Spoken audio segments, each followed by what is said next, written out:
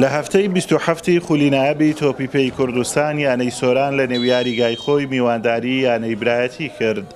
یاریەکە ئاستێکی مامناوەندی بەخۆیەوە بینی ئەگەرچی هەردوو لە هەوڵی هێرشبردنیان دەدا، بەڵام گێمی یەکەم بە بێگۆڵ بە کۆتا هات. گێمی دووەمی یاریەکە دەستی پێکردەوە.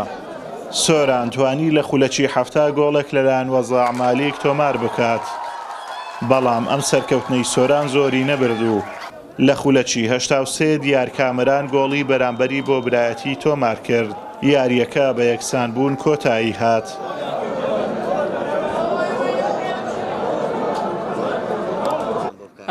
سەرەتا بەناوی خۆ وەکو دیار ئەمڕۆ یاریمانە بوو لەگەڵ یانەی سۆران لە ناو مەلعەبی سۆران.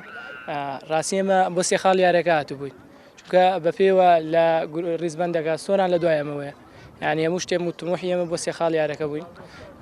فرسەشمان بووە لە ناو یاریەکە ماتوانین سێ خاڵ یاریەکە بەدەست بێنین، بەڵام فرسەکانمان چوان ڕاستی.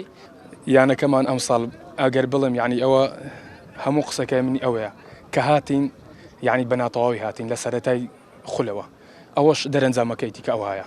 جا هۆکارەکانی زۆرن، یعنی ناتوان لێرە ئینسان باسی بکات، بەڵام لە یاری ئەمڕۆ ئەمە پێویستمان بە سەرکەوتن بوو، بە هەموو شێوێک دەبا سەرکەوتن بوو ئەوەی مسۆگەر بکەین مانەوەمان، بەڵام خی گەورە مۆفەقی نەکردین و گێمی دووەم باش بوو گۆلمان هێنا، بەڵام بەڕاستی یعنی هەندێک گۆڕانکاری کردیان کە گۆڕانکاریەکان وایان کرد تیپەکەی ئێمە بکشێتەوە پاش گۆل بخۆین.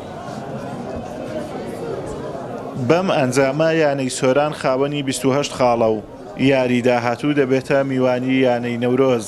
یانەی برایەتیش بووە خاوەنی 31 خاڵ و یاری داهاتوو لە چاوەڕوانی دەبێت.